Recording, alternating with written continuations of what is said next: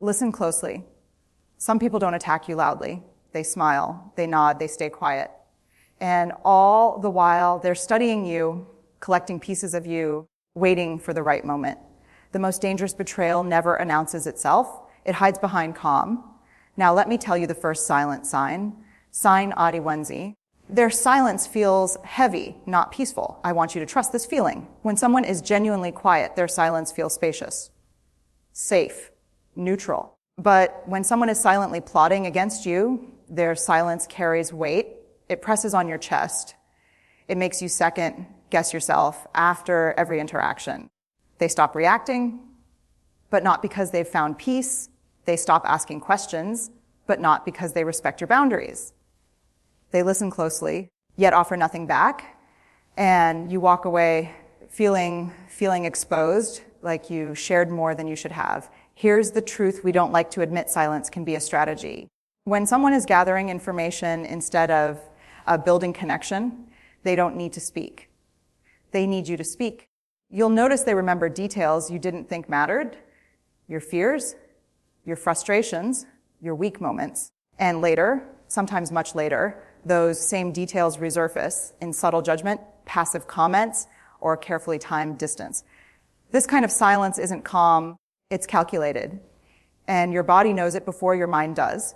You feel tense around them. You edit yourself. You leave conversations replaying every word. That's not intuition being dramatic. That's self-protection waking up. When silence drains you instead of grounding you, pay attention. Not every quiet person is safe, and not every smile means loyalty. Let me say this gently, but clearly not all praise is love. When someone is silently plotting against you, they will often congratulate you without warmth. Their words sound right, but their energy doesn't match. They say, "I'm happy for you," yet their eyes don't soften. Their voice doesn't rise. Their body doesn't lean in, and you feel it. Something feels off. Real celebration has emotion in it. It has presence. It feels generous. But performative praise feels thin, almost rehearsed, like they're saying what's expected, not what's felt. This is how envy hides when it's afraid to be seen. They don't attack your success openly. That would expose them. Instead, they minimize it. They move on too quickly. They redirect the conversation back to themselves or to something unrelated. Or worse, they ask questions that feel supportive on the surface, but invasive underneath. How did you manage that? Who helped you? Are you sure it's going to last? These aren't curious questions. They're assessments. People who are rooting for you don't need to measure your worth. They don't secretly hope your success is temporary. They don't walk away feeling smaller because you grew. When someone is silently plotting, your progress becomes a threat. And instead of processing their discomfort honestly, they bury it under polite smiles and hollow applause.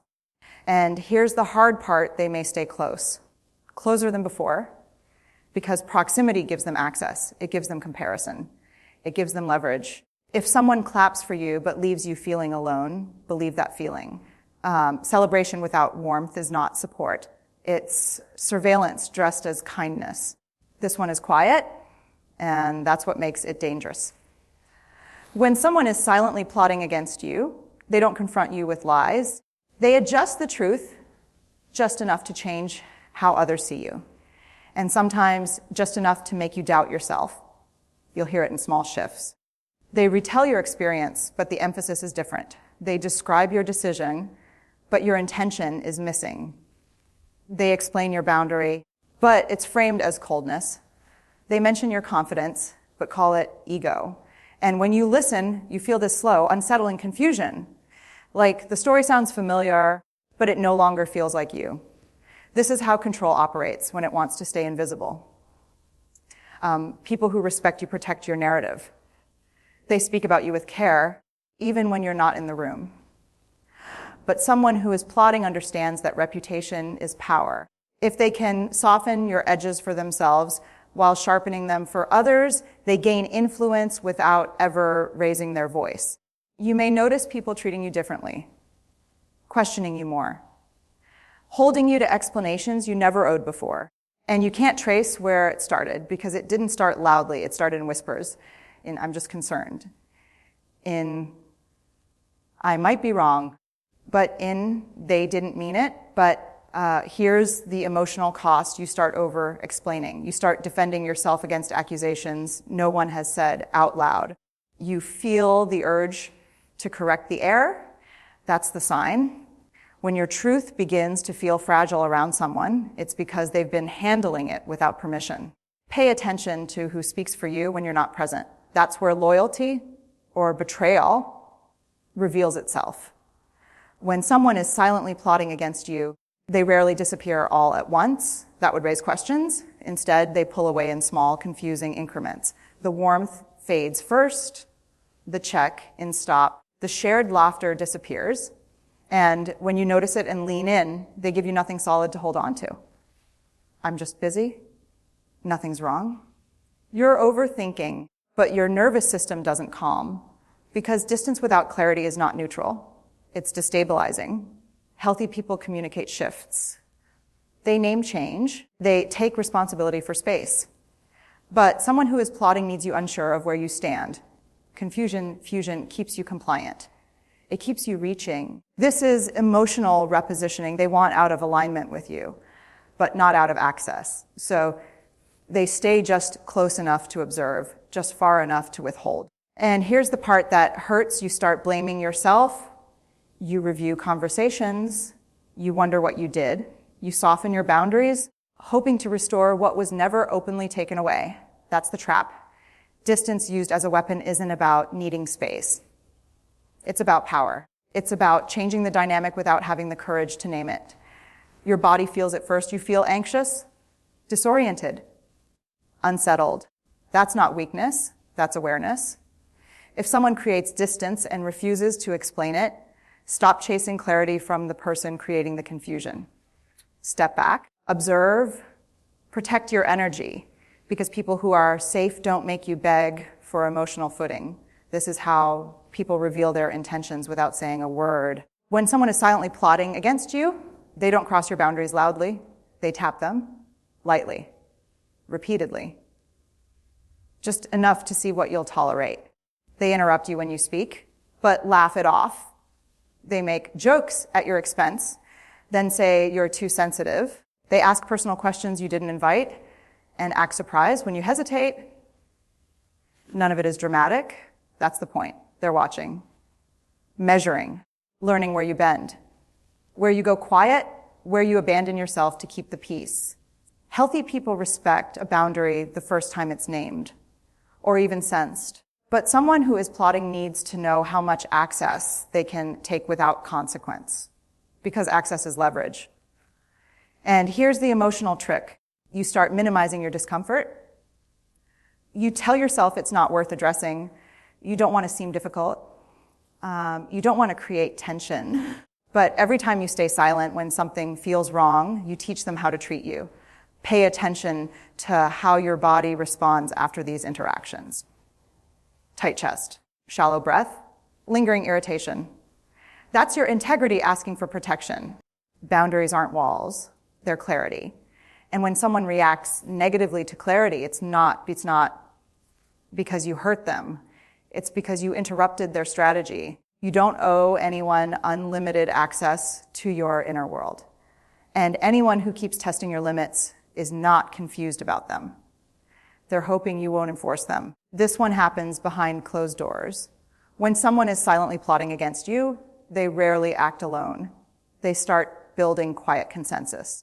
Not with facts, but with feelings. Not with truth, but with tone. They don't say, this person is bad. They say, I'm worried about them. They say, I don't know, something just feels off. They say, maybe you've noticed it too.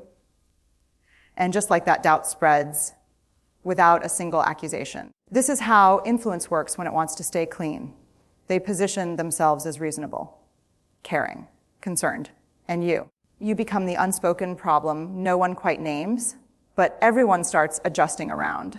You'll feel it before you see it. Rooms feel colder. Conversations stop when you arrive. People ask you questions that don't sound like curiosity, but confirmation. And you're left wondering how the narrative shifted without you ever being part of the conversation. People who are honest come to you direct. People who are plotting go around you because going around gives them control without accountability. Here's the emotional toll: you feel isolated while being watched. You feel misunderstood without knowing what you're accused of. That's not coincidence, that's design. If someone is collecting agreement instead of seeking resolution, they are not interested in truth. They're interested in positioning. Pay attention to who speaks about you instead of with you. That's where the quiet campaign lives. This is the sign most people miss, because it looks like maturity. When someone is silently plotting against you, they often remain eerily calm while you grow more anxious, more confused, more emotionally exposed. And from the outside, it looks like you're the unstable one. But here's what's really happening. They've already decided how the story ends. They're no longer seeking understanding.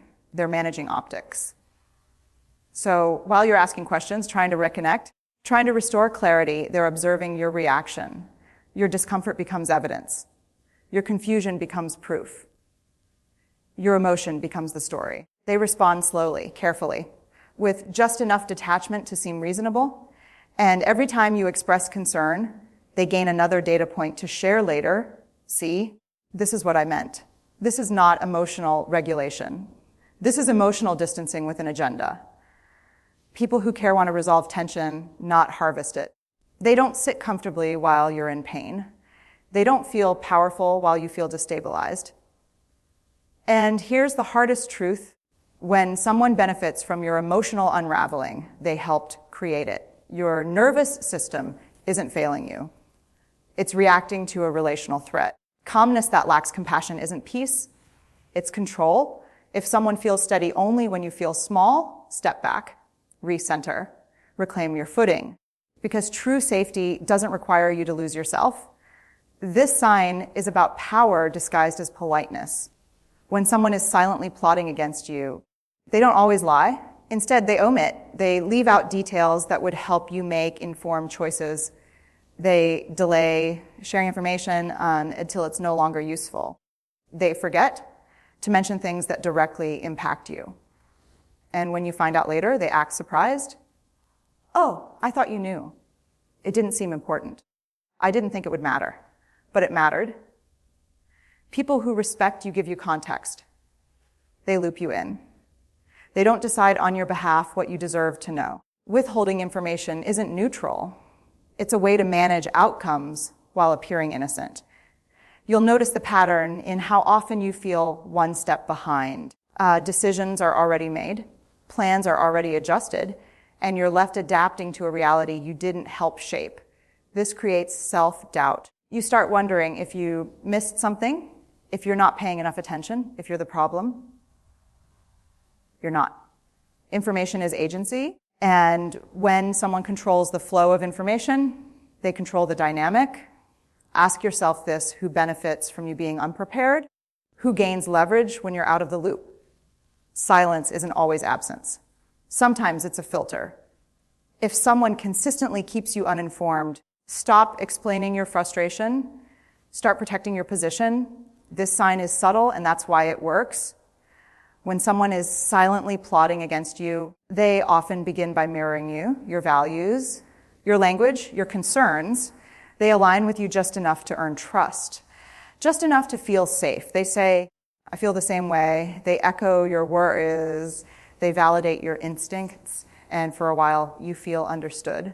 But then slowly, you notice something unsettling. The support doesn't translate into action. The agreement doesn't come with loyalty. And when it matters most, they don't stand beside you. They step back. Or worse, they quietly contradict you elsewhere. They repeat your words, but stripped of context. They adopt your ideas, but credit themselves. They agree with you in private, then distance themselves in public. This isn't confusion. It's camouflage. Mirroring creates access. It lowers your guard. It invites honesty. And once they've gathered enough of your inner world, they begin to use it, not to protect you, but to position themselves. You'll feel betrayed without being able to point to a single moment. That's because the damage didn't come from one act. It came from a pattern of quiet erosion. Here's the truth that hurts: not everyone who understands you is on your side. Pay attention to echoes your values, but disappears when those values cost something. Integrity shows up when it's inconvenient. By now, you've seen the pattern. Silence isn't always peace. Praise isn't always genuine. Calmness isn't always care.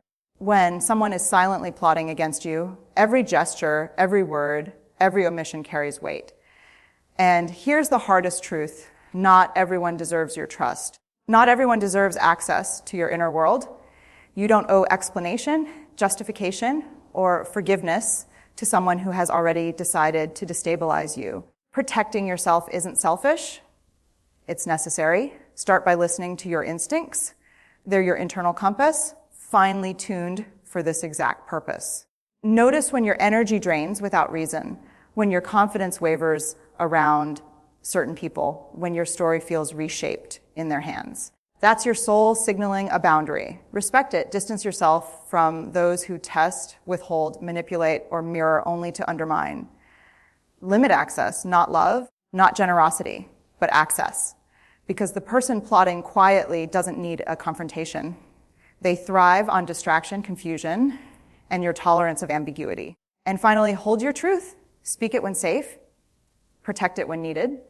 Surround yourself with people whose presence lifts, whose silence heals, whose words build instead of erode. Courage isn't always loud. Sometimes courage is simply not giving someone the power to destabilize you. Your life, your energy, your peace, they are not negotiable. Remember, silence can hide loyalty or it can hide betrayal. Learn to feel the difference. And when you do, protect yourself fiercely. Your peace is worth more than their plotting